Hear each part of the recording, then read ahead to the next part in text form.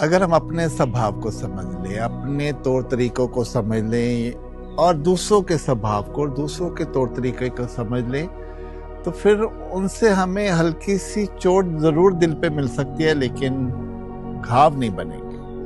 अब जैसे हम प्रेम की भावना सबके लिए रखते हो, लेकिन ये तैयार रहिए कि अगर हम प्रेम की भावना रखते हैं तो प्रेम में हमें इस्तेमाल भी किया जा सकता है। उसके लिए हम तैयार हैं। वो चोट जरूर देगा, लेकिन घाव नहीं बनने देगा। अब अगर हम बोलते बहुत हैं, और जो बोलता है वो अपनी प्रशंसा करता है, अपनी डींगे हाँकता है, और इसमें झूठ भी बोला जा सकता है, निकलता ही है झूठ। तो अगर हमें पता चला है कि दूसरे हमसे झूठ बोल रहे हैं, तो ये हम तैयार हैं कि वो भी ज़्यादा बोलने के आदी हैं, तो वो भी अपनी प्रशंसा करने के आदी हैं, तो हमें वो एक हल्की सी चोट होगी, घाव नहीं होगा।